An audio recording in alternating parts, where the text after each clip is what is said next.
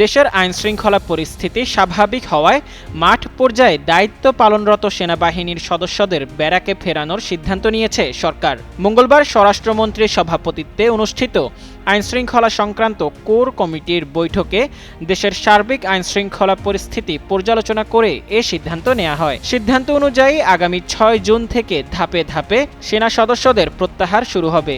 প্রথমে দূরবর্তী জেলা থেকে তাদের ফিরিয়ে আনা হবে, পরে বিভাগীয় শহর ও বড় জেলাগুলো থেকে পর্যায়ক্রমে প্রত্যাহার সম্পন্ন করা হবে। ২০২৪ সালের জুলাই মাসে সরকারি চাকরিতে কোটা সংস্কার আন্দোলন চলাকালে লেস অয়েল অ্যাবজর্ব করে আপনার পরিবারকে রাখে হেলদি। ফুড গ্রেড ম্যাটেরিয়ালে তৈরি যমুনা কুকওয়্যার। তৎকালীন আওয়ামী লীগ সরকার কারফিউ জারি করে সেনাবাহিনী মোতায়েন করে। পরে ৫ আগস্ট সরকার পরিবর্তনের পর পুলিশ বাহিনীর কার্যক্রম ব্যাহত হলে সেনাবাহিনী মাঠে থেকে যায়।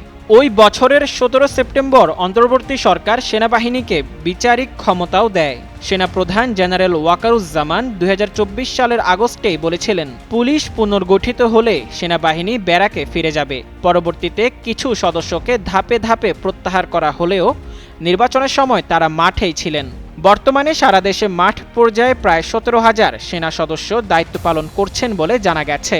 দীর্ঘ সময় দায়িত্ব পালনের কারণে সদস্যরা ক্লান্ত হয়ে পড়েছেন এবং বিশ্রামের প্রয়োজন রয়েছে বলে প্রতিরক্ষা মন্ত্রণালয় থেকে একাধিকবার তাদের প্রত্যাহারের অনুরোধ জানানো হয়েছিল।